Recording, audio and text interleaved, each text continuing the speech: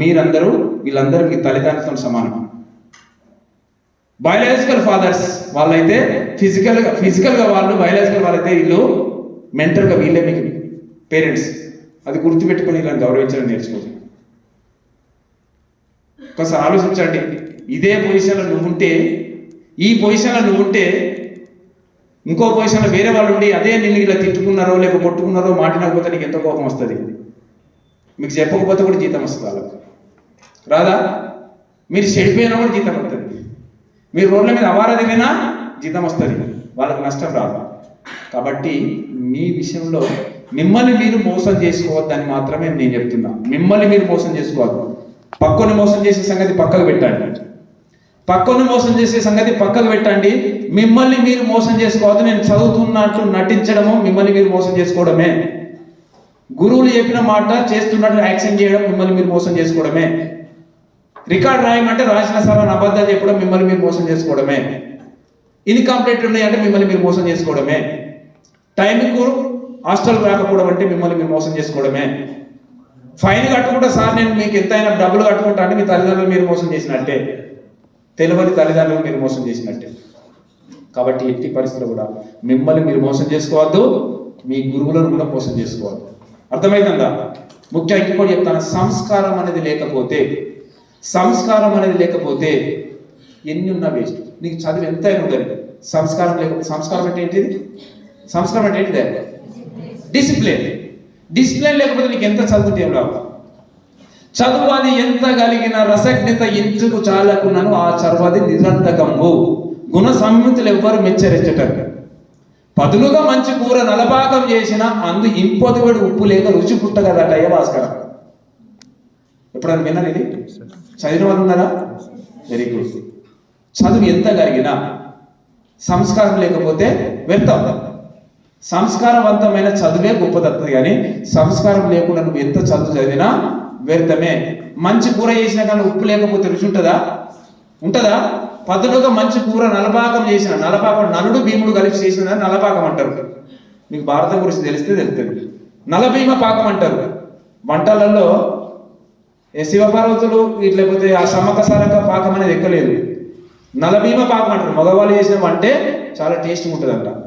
ఆడవాళ్ళు మన ఇంట్లో మంచిగా కమాని చేస్తారు, కానీ పెద్ద పెద్ద వంటని మగవాళ్ళే చేస్తారు. ఫంక్షన్లు చూసినా పెద్ద పెద్ద ఫంక్షన్లు మగవాళ్ళే చేస్తారు. మనల్ని చిన్న చేస్తాడు 5-6 మంది ఆడపిల్లలు. అంటే పదులుగా మంచి కూర నలపాకం చేసిన, నలుడు చేసినట్టు చేసినా కూడా, భీముడు చేసినట్టు చేసినా కూడా అన్న ఉప్పు లేకపోతే రుచే ఉండదు కదా. నలుడితో పోల్చిండు, భీముడితో పోల్చిండు వంటల్లో. పాకశాస్త్రంలో ప్రావీణ్యులు వాళ్ళు. పాకశాస్త్రం అని తెలుసా? తెలియదు. పాకశాస్త్రం అని తెలుసా? పాకశాస్త్రం అంటే వంట సెక్షన్, కుకింగ్ సెక్షన్ పాకశాస్త్రం అంటారు. పాకశాస్త్రంలో నువ్వు అంత ప్రావీణ్యం సంపాదించిన ఉప్పేసం తెలియకపోతే అది వ్యర్థం. కాబట్టి నువ్వు ఎంత చదువుకున్నా, నీకు ఎన్ని మార్కులు ఉన్నా, నీకు డిసిప్లిన్ అనేది, సంస్కారం అనేది లేకపోతే నువ్వు జీరో. వేస్ట్ చేయడానికి సంస్కారం లేదు, దాని ఎందుకే వెళ్తా ఉంటారు. అరే టాపరా గీపరా బొక్క, వాడికి సంస్కారం లేదు, ఎవరితో ఎట్లా మాట్లాడో తెలియదు, అని డిసిప్లిన్ లేదు, దాని ఎందుకే వెళ్తావు, చెడగొడతారా, నిలగొట్టాడు అని. మార్కులు తక్కువ వచ్చినాయి కావచ్చు, వాడు మంచి పిల్లాడు, డిసిప్లిన్ ఉంటాడు, చాలా సిన్సియర్ అని ఎలా బాబు అంటాడు. ఇది తేడా. గమనించిందా డిసిప్లిన్ ఉందా అని? కాబట్టి సంస్కారవంతమైన చదువు నేర్చుకోండి, పెద్దలను గౌరవించండి, గురువులను గౌరవించండి, దేశాన్ని ప్రేమించండి. దేశం అంటే మట్టి కాదు, దేశం అంటే ఎవరు చెప్పి? రాజమౌళి చెప్పిండా? ఈ బాహుబలి సినిమా రాజమౌళి గారు చెప్పింది. త్రివిక్రమ ఎవరే చెప్పింది? ఎవరు చెప్పిండ్రు? తెలియదు. ఎవరు తెలియదు? పుష్ప సినిమా హీరో ఎవరు? పుష్ప సినిమా ఎవరు హీరో కదా? అల్లు అర్జున్ తెలుస్తాడు మనకు, ఆడు హీరో కాబట్టి. గురిజాడ అప్పారావు చెప్పిండు. ఎవరు చెప్పిండు? దేశం అంటే మట్టి కాదు, దేశం అంటే మనుషులై, దేశంను ప్రేమించమన్నా, మంచి అన్నది పెంచమన్నా. మంచిని పెంచండి, బంధాలు పెంచుకోండి, స్నేహాలు పెంచుకోండి. అర్థమైందా? స్నేహాలు పెంచుకోండి. గొంతు పెంచడం కాదు, నీ మాట విలువ పెంచుకో. సౌండ్ పెంచడం కాదు, నీ మాట విలువ పెంచుకో. వాన చినుకులకే పంట పండుతుంది కానీ ఉరుములకు పండదు. ఉరుములు వేస్తే పంట పండుతుందా? ఓయ్ మొత్తం భూకంపం బద్దలైతే అటు ఉరుములు మెరిసినా ఆ గింజ మొలక రాదు. వస్తుందా? రాదు. కానీ 4 చినుకులు భూమి మీద పడితే భూమి పులకరించిపోయి ఆ మొలకెత్తి పంట పండుతుంది. అందుకే నువ్వు సౌండ్ చేసి నువ్వేదో గొప్పగా మాట్లాడుతాను అనుకుంటే నీ విలువ పెరగది. నీ మాట విలువ పెంచుకో. సౌండ్ విలువ పెంచుకోవడం కాదు, నీ మాట విలువ పెంచుకో. మాట విలువ పెంచుకున్నవాడికే విలువ. ఉరుములు మెరిస్తే పంట పండదు అనేది గుర్తుపెట్టుకోండి. అర్థమైందా? నువ్వెంత తక్కువ మాట్లాడితే మితముగా మాట్లాడాలి, హితముగా తినాలి. మితం అంటే తక్కువ మాట్లాడాలి, హితముగా తినాలి. హితం అంటే మంచి. తక్కువ తినాలి, మంచిగా తినాలి, హితంగా మాట్లాడాలి. మితంగా తినాలి, హితంగా మాట్లాడాలి. అర్థమైందా? రుచి ఉన్నది ఏది శుచి కాదు అంటారు. ఇంకా రుచి ఉన్నది ఏది శుచి కాదు. రుచి అంటే తెలుసు, టేస్ట్. శుచి అంటే తెలియదు కదా. శుచి అంటే మంచి. రుచికి నోటికి రుచి ఉన్నది ఏది మంచి కాదు. పానీపూరి చాలా టేస్ట్ ఉంటుంది. పానీపూరి చాలా టేస్ట్ ఉంటుంది. నిజంగా పానీపూరి చుట్టూ ఎట్లుంటుంది అంటే బెల్లం చుట్టూ ఈగలు ఉన్నట్టే ఉంటారు. అందరూ నేను కూడా బాధితున్నాను. కానీ ఆ పానీపూరి ఎట్లా తయారు చేస్తారనే విధానం తెలిస్తే తినబుద్ధి కాదు. ఆరోగ్యానికి మంచి కాదు. టైఫాయిడ్ వస్తుంది. మీరు మెడిసిన్ చదువుతున్నారు కాబట్టి ఎక్కువ టైఫాయిడ్ రోగాలు వచ్చేది పానీపూరితోనే అని చెప్తారు. పానీపూరి ఎట్లా చేస్తాడు? వాడు తానం చేస్తాడా తెలియదు, నాకు తెలియదు. వాడు ఎట్లుంటాడో తెలియదు. వాడు కుండల చింతపండు, ఉప్పు, కారం అయ్యని వేసుకొని జబ్బెడి చేతులు ఇట్లా తిప్పుతాడు. ఇట్లా తిప్పాని సంగలిగిన చెంప సుక్క కూడా రాలిపాడు. చెంప సుక్క కూడా పడుతుంది. ఎందుకంటే ఉప్పు వేసే పని లేదు. ఇక అది కూడా టేస్ట్ అంటే బ్రహ్మాండమైన టేస్ట్. ఇంకా నమ్కిన్ మంచి టేస్ట్ వస్తుంది అది చెంప సుక్క పడగానే. ఇక అయ్యగారికి ఏముంటుంది అంటే కొద్దిగా అంబారు తినే అలవాటు ఉంటుంది. మీరు చూస్తారు చూడరు, తినే అలవాటు ఉంటుందా ఉండదా? అంబారు, కాయని, పానపరం తినే అలవాటు ఉంటుంది అయ్యగారులకి. పానీపూరి అమ్మేటప్పుడు వాడు ఏం చేస్తాడు? కొద్దిగా రాగానే అంటాడు, ఓ ప్లాస్టిక్ చేతిలో పెట్టి ఇంత ఉల్లిగా ప్యాస్ దాలు అనగానే ప్యాస్ ఎత్తాడు. భయ్యా తోడా ప్యాస్ దాలు అనేది హిందీ అందరికి వస్తుంది. భయ్యా తోడా ప్యాస్ దాలు, ఒక్క ముక్క రాదు, ఒక్క ముక్క కూడా రాదు తప్ప. భయ్యా తోడా ప్యాస్ దాలు, ఇదంతా దాని హిందీగా ఆడ ఎత్తాడు. వీళ్ళు గిద్ద గొర్రెలు అంటుంటాడు. ఈ గొర్రెలకు గిద్దకంటే ఎక్కువ రాదని అని కూడా తెలుసు. భయ్యా తోడా ప్యాస్ దాలు అయిపోయాడు. ఉల్లిగడ్డ ఎత్తాడు, ఇంత కుండలో చేయి కూర్చుతాడు, ఇరువైపు కూర్చేస్తాడు. మనము దాని పేరు నార్త్ ఇండియాలో గోల్డ్ గప్ప అంటారు. మనం పానీపూరి అంటాం, గప్చుప్ అంటాం. అటు సైడ్ గోల్డ్ గప్ప అంటారు. ఆ గోల్డ్ గప్పను మనం కప్ప తెలిసినా తింటా ఉంటాం. కప్పలు మిగిలినట్టు టప మిగులుతాం. కాబట్టి అర్థమైందా? నేను చెప్పేది ఏంటంటే ఆహారం విషయంలో జాగ్రత్తగా తినండి, బయట సెట్ తినాలి.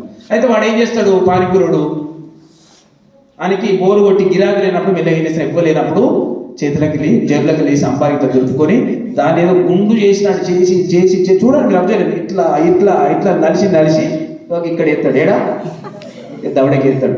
దవడకేసి ఏం చేస్తాడు? పాప మాడు డెటాల్ సబ్బుతో కడుక్కుంటాడు కదా. ఏం సబ్బుతో కడుగుతాడు చెప్పాలి. మీరు ఏ సబ్బుతో కడుగుతారో అమ్మాయి చెప్పాలి. డెటాల్ సబ్బుతో కడుక్కున్న తర్వాత నాడు పానీపూరి ముడతాడు. మళ్ళీ డెటాల్ సబ్బు ఏంటంటే దొరికేదా? దాని ముడ్డికి ఉంటుంది. డెటాల్ సబ్బు అనేది ముడ్డికే ఉంటుంది. పాప వీడు అడ్డు పెట్టుకుని వస్తాడు. ఇట్లా దొరుకుతాడు. ఇట్లనే మీరు గమనించండి, ఇట్లా దొరుకుతాడు. దీని పవర్ అంతా అయిపోయిన తర్వాత ఇట్లా తీసేస్తాడు. ఇట్లా తీసేసి ఇట్లా కొడతాడు. ఇట్లా కొట్టేసి కూడా మళ్ళీ డెటాలే మళ్ళా వెనక దిక్కు పిర్రె మీద ఇట్లా రాసి వచ్చినవా తీసుకో ఇచ్చేసి భయ్యాతోడ ప్యాస్ దాలని అదే చేత ఉల్లిగడ్డ ఎత్తాడు. అదే చేత అదేదో ఏమంటారు రసమా దాన్ని ఏమంటారు నాకు తెలియదు. ముంచుతాడు, కుండలో ముంచుతాడు ఎత్తాడు. అంటే నేను అనేది ఏంటంటే రుచి ఉన్నది శుచి కాదు అని చెప్పడానికి చెప్తున్నాను. ఈ జోక్ ఎందుకు చెప్పినంటే మీ మైండ్ కొంచెం సీరియస్గా వెళ్ళిపోయిందని కొంచెం కామెడీ చేయడానికి ప్రయత్నం చేసిన. అర్థమైందా? కానీ నిజమే, కామెడీలో కూడా నిజం లేదా? మిమ్మల్ని నవ్వించడానికి ప్రయత్నం చేసిన కానీ నిజం ఉందా లేదా? జోకే కానీ నిజమా కాదా? జోకే కానీ నిజమా లేదా? నా అనుభవం చెప్తాను. నాకు జరిగిన అనుభవం చెప్తున్నా. ఇందారం కాడ ఒక యాక్సిడెంట్ జరిగింది. యాక్సిడెంట్ జరిగితే ఒక ఆటో గుద్దుకొని, ఒక కలవట్టు గుద్దుకొని కింద పడిపోయింది. ఒక ముస్లాం 60-70 సంవత్సరాల వయసు ఉంటుంది.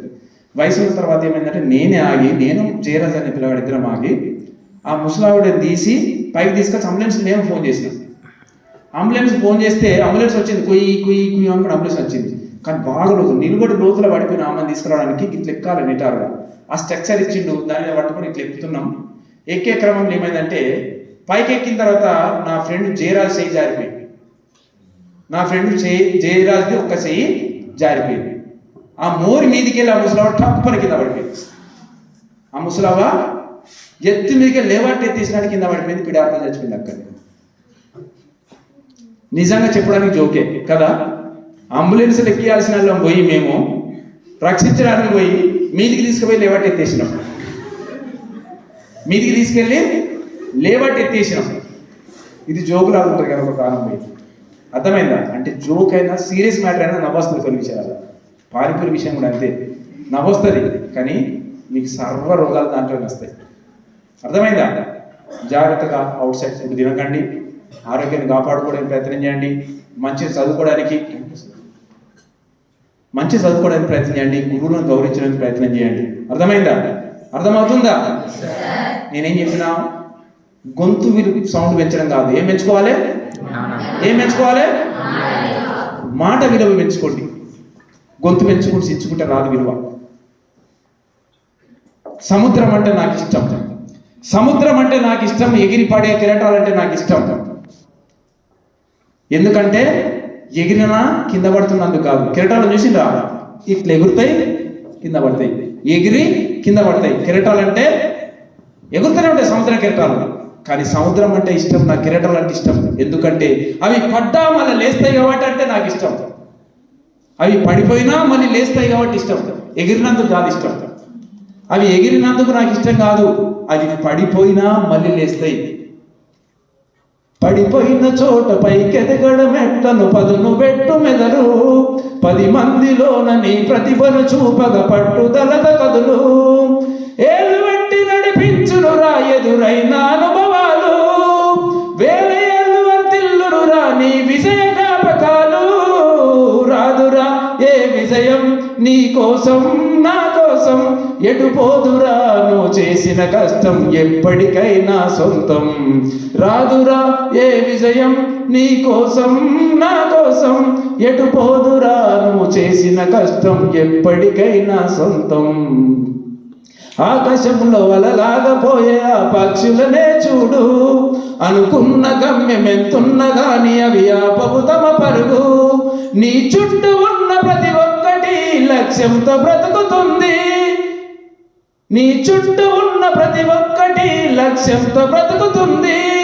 అది పడ్డ వరకు గురి పెట్టును రా నీ శక్తి పెట్టుబడిని. రాదురా ఏ విజయం నీ కోసం నా కోసం. ఎటు పోదురా నువ్వు చేసిన కష్టం ఎప్పటికైనా సొంతం. విజయం ఎదురుకు వస్తుందా? కష్టపడితే వస్తుందా? ఎట్లా వస్తుంది చెప్పండి? కష్టపడతారా? బండలు తీసుకోవడం బాగా కష్టపడతారు మీకంటే. మైనింగ్లో పనిచేసే వాళ్ళు, బ్లామ్ బ్లాస్టింగ్ చేసే వాళ్ళు చెమటబడి సుట్టబట్టి కొట్టి అంతకన్నా కష్టం ఎవడు వాడు అడిగా. కష్టపడితే విజయం వస్తుందా? ఎట్లా వస్తుంది? ఎస్, కష్టాన్ని ఇష్టపడితే వస్తుంది. ఎప్పుడు వస్తుంది? కష్టాన్ని ఇష్టపడితే వస్తుంది. ఈ కష్టాన్ని మీరు ఇష్టపడాలి.